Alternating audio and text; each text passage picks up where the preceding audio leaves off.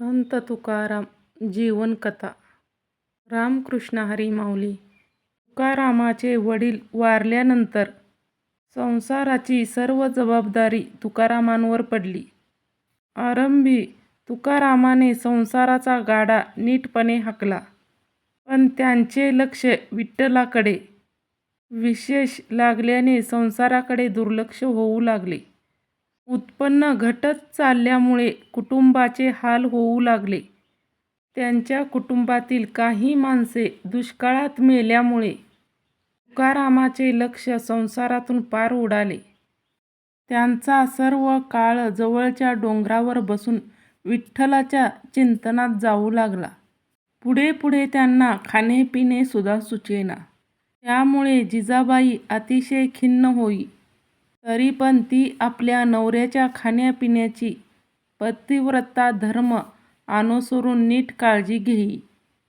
तुकाराम विठ्ठलभक्त असल्याने वडिलांच्या इच्छेनुसार पंढरीची वारी ते कधी चुकवत नसत. सतत भजन कीर्तन करण्यात त्यांना अतिशय सुख वाटे आणि त्यातच ते रंगून जात. त्यांनी हजारो अभंग रचले. त्यांचे अभंग अतिशय रसाळ, प्रेमळ व प्रासादिक आहेत. अभंग तुकारामांनीच रचावेत. अभंगवाणी प्रसिद्ध तुकोबाची हे उद्गार अगदी यथार्थ आहे. त्यांच्या अभंगाची गोडी अवीट आहे. बहुजन समाजाला भक्तिमार्गाचे महत्त्व त्यांनी पटवून दिले आणि संसाराने तापलेल्यांना मनशांती मिळवून देण्यास भक्तिमार्गच कसा उपयोगी पडणार आहे याचे सुंदर समर्थन त्यांनी आपल्या अभंगातून केले आहे. सामान्य जनतांचा भक्तिमार्गच तरुणोपाय आहे याचे विवरण करून वारकरी संप्रदाय त्यांनी चांगलाच वाढीस लावला. आरंभीच्या काळात त्यांना खूप हाल सोसावे लागले. समाजानेही त्यांना छळण्याला कमी केले नाही. पण त्यांची खरी योग्यता पटल्यावर कित्येक लोक त्यांच्या भजनी लागले. सत्प्रवृत्ती, समता, परोपकार बुद्धी, मनाचा मोठेपणा आणि तितकीच प्रेमळता त्यांच्याकडे होती. तुकाराम महाराजांना 3 मुली व 3 मुलगे असे 6 अपत्ये झाली. शके 1571 मध्ये म्हणजेच वयाच्या 41व्या वर्षी वैकुंठास गेले. वडिलांच्या मृत्यूनंतर तुकारामांवर संसाराची सर्व जबाबदारी पडली. आरंभी वाण्याचा धंदाही त्यांचा चांगला चालत होता. संसाराला लागणाऱ्या पैशाची मिळगत ठीक होत होती. पण तुकारामबुवाचे लक्ष या व्यवहारात रमेना. भजन कीर्तन करावे, पंढरीची वारी करावी आणि मनाला तृप्ती द्यावी असा त्यांचा कार्यक्रम सुरू झाला. याचा परिणाम दुकानावर होऊ लागला. त्यांच्या दुकानातील गिऱ्हाईक कमी होऊ लागले. तेव्हा गावातील काही वयस्कर मंडळींनी तुकारामबुवांना अनेक प्रकारे समजावण्याचा प्रयत्न केला. बाबा रे, आमचं ऐक. आता भजन कीर्तन यात जर तू लक्ष घातलेस तर तुला पैसा कसा मिळणार? तुझा धंदा कसा चालणार? भजन कीर्तन या सर्व गोष्टी तुला बाजूला ठेवल्या पाहिजेत. पंढरीची वारी पुढे नाही का करता येणार? म्हणजे तुमचं म्हणणं मी पंढरीची वारी सोडावी? तुकारामाने विचारले. होय बाबा, पंढरीची वारी पुढे कर की नाही कोण म्हणतो? हे कठीण आहे. आपल्याच्याने व्हायचं नाही. ते 7-8 पिढ्यातून चालत आलेली पंढरीची वारी मला कशी सोडता येईल? पापाचा धनी होईल ना मी. वाईट दिवसातच विठ्ठल आपली परीक्षा पाहतो. त्यांचे पाय मी कसे सोडू? हे तू आम्हाला शिकवतोस होय? तुकारामबुवा म्हणाले, मी कोण शिकवणार? माझा अधिकार नाही तो. आपण सर्व भली माणसं. माझं म्हणणं मी सांगितलं एवढंच. माझ्याच्यानं पंढरीवारी मात्र सोडणं व्हायचं नाही. बघ बाबा तुझे तू. बोल्लोबाचा मुलगा मोठा म्हणून आम्हा लोकांना वाटलं की 2 गोष्टी सांगाव्यात. नाही ऐकलंस तर तुझी मर्जी. तुकाराम महाराज म्हणाले, बापांनो रागावू नका मजवर. मी आपला आभारी आहे. सगळे लोक रागावून निघून गेले. आपलं बोलणं हा पोरगा ऐकत नाही म्हणून रागाचे उंट काढण्याकरिता त्याला अनेक प्रकारे सांत्वनाला लोकांनी सुरुवात केली. परिणाम असा की दुकानातलं गिऱ्हाईक पार हटलं. मिळकतपुंजी देणेकरी पैसे आणून देईनात. घेणेकरी तगादा लावू लागले. इतकेच नव्हे तर एक दिवशी घेणेकरी दुकानातून सामान बाहेर काढू लागले. टवाळखोरांना तेवढीच झाली गंमत बघायला. त्यातला एक बोललाच, काय महाराज काय झालं? ऐकायचं नाही गावातले लोक सांगतात ते. मग असंच वाटोळं व्हायचं. माझं काय वाटोळं व्हायचंय? तुकारामाने विचारले. मग कोणाचं? निघालं माझं दिवाळं, झालं देवाचं वाटोळं. दुकानातलं सगळं सामान बाहेर निघालेलं पाहून जिजाबाईने कपाळाला हात लावला. ती रागावली, चरफडली, नवऱ्याशी भांडू लागली. पण उपयोग काय? तुकाराम बुवा शांतपणे अवलीची म्हणजेच बायकोची समजूत घालू लागले. अगं पैसा मिळवणं वा न मिळवणं या गोष्टी दैवाधीन आहेत. आली या भोगाशी असावे सादर, देवावरी भार टाकून या. जिजाबाईने कितीही त्राग केला, नवऱ्याला बोलली तरी ती पतिव्रता होती. धीराची बायको होती. आपल्या वडिलांकडून भांडवल आणून पुन्हा तुकारामांना धंद्याला लावण्याचा तिने चंग बांधला. तिने त्याच्याकरिता 200 रुपये उभे केले. तुकारामांनी मिठाच्या गोणी भरल्या व व्यापाराकरिता गेले. 200चे 250 झाले. तुकाराम बुवा परत घराकडे निघाले. वाटेत एका गावात मुक्काम केला. रात्रीच्या वेळी तेथे देवळात बुवाने भजनाला सुरुवात केली. सुश्राव्य भजन ऐकून गावातील बरीच लोक भजनाला जमली. तेवढाच मनाला विरंगुळा म्हणून कित्येक दुःखी कष्टी लोक देवळात गोळा झाले. भजन झाल्यानंतर एक अतिशय दीन, दारिद्र्याने गांजलेला, दुष्काळाने पिडलेला ब्राह्मण पुढे आला आणि त्याने बुवाच्या पायावर लोटांगण घातले. दुःखदायक कहाणी सांगितली आणि त्यांच्या डोळ्यातून अश्रूच्या धारा सुरू झाल्या. कळवळीने बोलला, काय करू आता? पोरांना काय घालू? सावकारांनी कर्जापायी उभे पीक घेतले. तुकारामांना अतिशय गहिवरून आले. त्यांनी विचारले, सावकाराचे किती देणं होतं? त्यांचे पैसे दिले तर पीक देईन का परत? न द्यायला काय झालं पैसे दिल्यावर? तुकारामांनी आपल्या जवळचे सारे पैसे त्या ब्राह्मणाला देऊन टाकले. नफा गेला, भांडवल गेले. तुकाराम बुवा रिकाम्या हाती घरी परतले. घरी आल्यावर जिजाबाईने केवढा कडकडाट केला असेल याची कल्पनाच केलेली बरी. तुकारामाच्या दुकानाचे दिवाळे निघाले आणि लगोलग दुष्काळाचा वणवा पेटून त्यांच्या कुटुंबाला चांगलीच झळ लागली. या सर्व भीषण परिस्थितीचे तुकाराम महाराजांनी एक प्रकारे स्वागतच केले.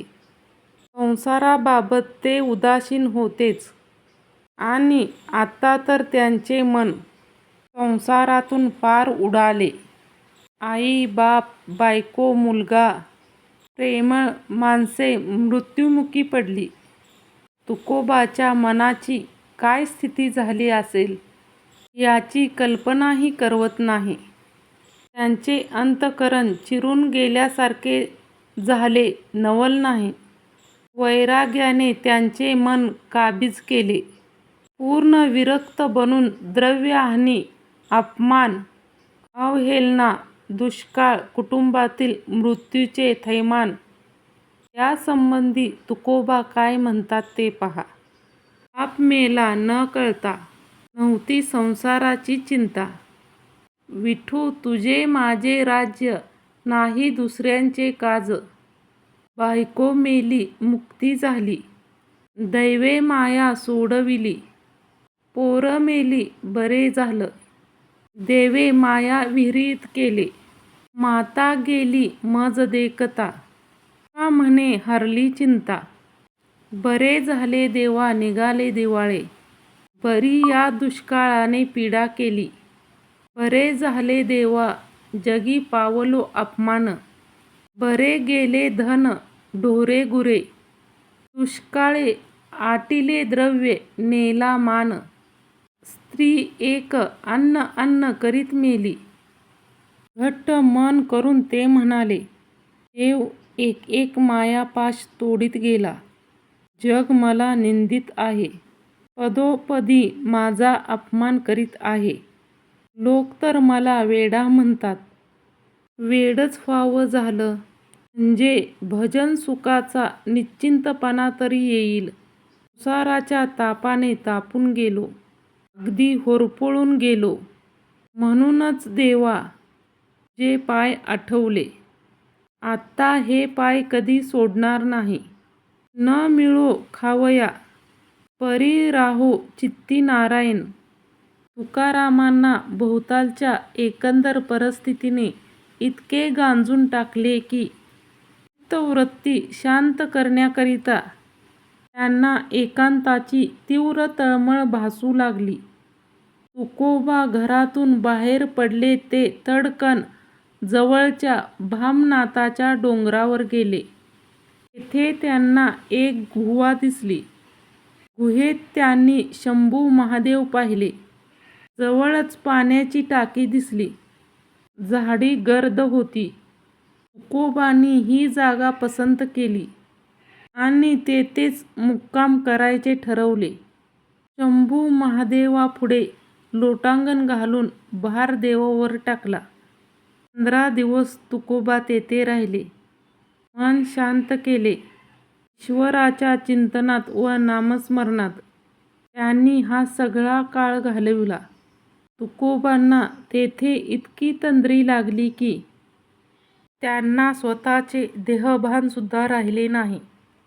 ब्रह्मानंदी लागली टाळी, देहा ते संभाळी, अशी त्यांची स्थिती झाली. या 15 दिवसात त्यांच्या भोवती अनेक लहान मोठे प्राण्यांनी धिंगाणा घातला. पण त्यांना देहाची जाणीव नसल्यामुळे त्यांचे अस्तित्व बुवांना भासले सुद्धा नाही. निर्वाणीचे आसन घालून ते ध्यानस्थ बसले होते. मग देहाची पर्वा काय. या काळात त्यांना निराकार विठोबाचा साक्षात्कार झाला. मन अगदी शांत व स्थिर झाले. अंतःकरण सात्विक समाधानाने भरून गेले. हृदयातील ईश्वराची साक्ष पटली. ईश्वर सर्वव्यापी आहे याची जाणीव झाली. सर्वाभूती ईश्वर ही वृत्ती बनवली. इकडे 15 दिवसापर्यंत तुकोबाचा पत्ता नाही म्हणून जिजाबाईने चहूकडे शोधण्याची पराकाष्ठा केली. तिने अन्नपाणी वर्ज्य केले. तिच्या जीवाची तळमळ वाढत गेली. तिने आपल्या धाकट्या दीराला म्हणजेच कान्होबाला त्यांना शोधण्यासाठी पाठवले. शोधता शोधता कान्होबाला भामनाथावरील एका गुहेत आपल्या भावाचे दर्शन झाले. कान्होबांनी आग्रह करून तुकोबाला घरी आणले.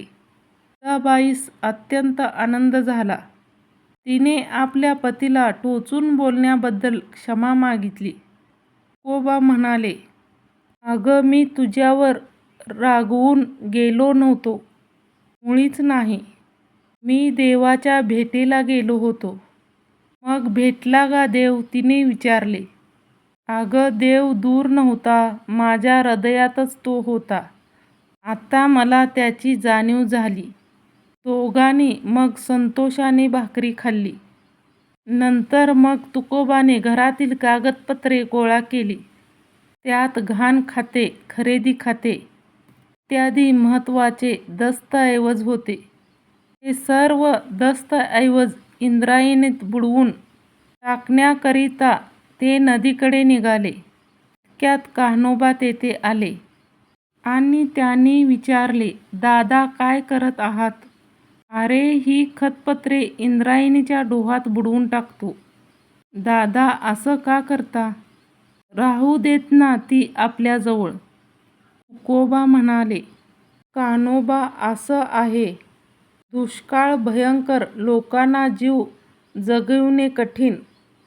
आजचा दिवस गेला, उद्या कसा जाईल ही चिंता. अशा परिस्थितीत कोणाला देणे देता येणार आहे? मग कशाला आपण याची आशा बाळगायची आणि आपल्या कुळाच्या जीवाला तांत कशाला? त्यांनाही निश्चिंत करू. कान्होबाला भावाचे म्हणणे थोडे पटले होते, पण तो पडला व्यावहारी मनुष्य.